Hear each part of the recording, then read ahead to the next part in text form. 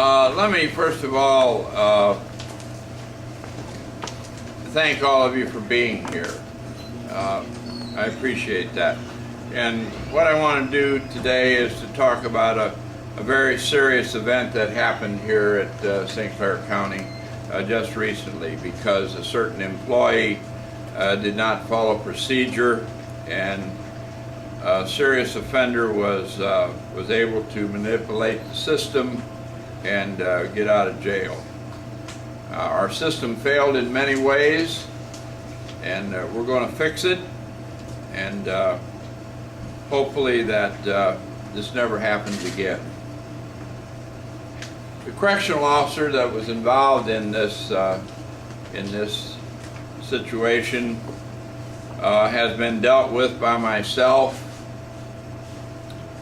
He has been given 30-day suspension without pay, and that's certainly, I thought, a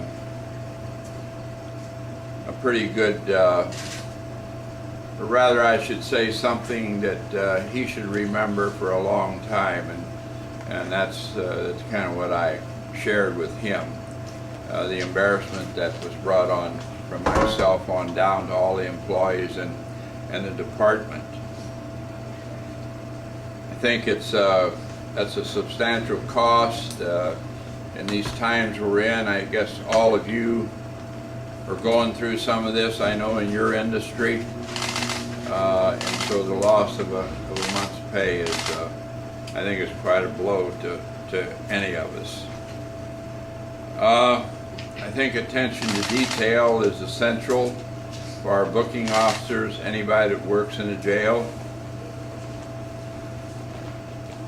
But you have to keep in mind, in light of the number of people that come and go in this jail, can run from 11 to 12,000 people a year, and so that can be as much as 35 people a day either come or go from this jail. And so this individual, unfortunately, manipulated the system in wearing someone else's shirt, and was able to walk out of here. I would say that in addition to the discipline, I've met with all our supervisors, most every supervisor this past week. People work shift work, but I met with them and drove home the seriousness of this, and that they're going to be held accountable here in the future. And what we have done is that we've been looking at a system of fingerprinting.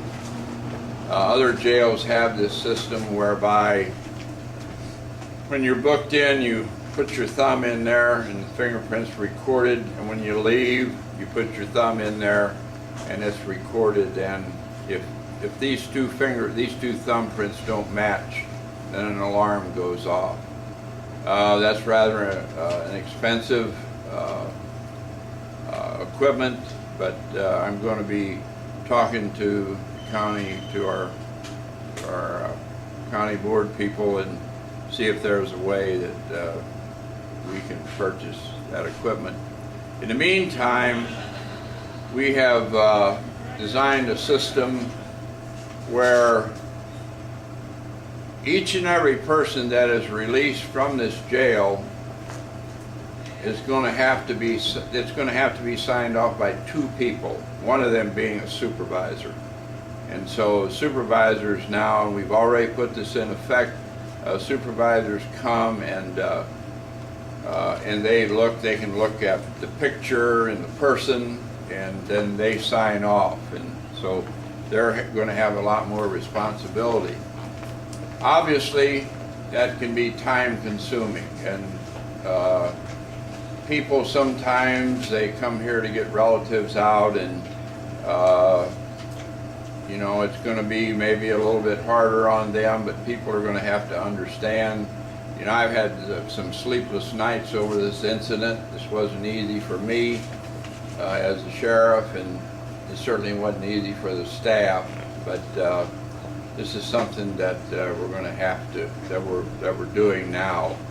And so it may mean a little extra time, but I think the time is going to be worth it in the end.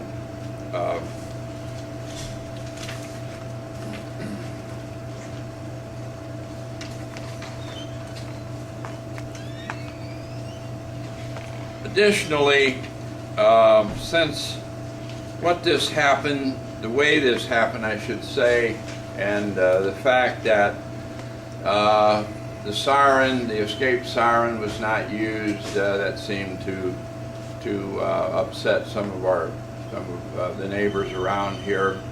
And let me tell you that we, since that happened, we have taken the time, and especially Major McLaurin, the jail superintendent, did a lot of this on his own time.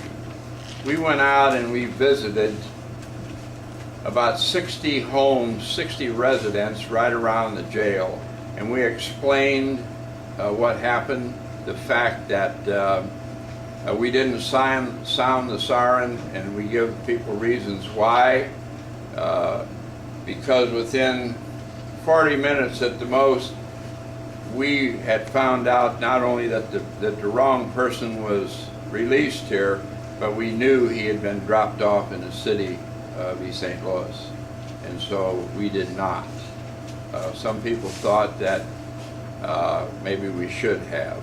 So, trying to be a good neighbor, we visited a lot of residents here, and the feedback that the major received, and some other people who went out on those interviews also obtained information from around that would indicate that 90% of the people felt that we did the right thing. So, you know, we're not going to change that policy, but I just want to tell you that we're always open to criticism, and if we can do something better, then we're certainly going to do it, try to do it a better way.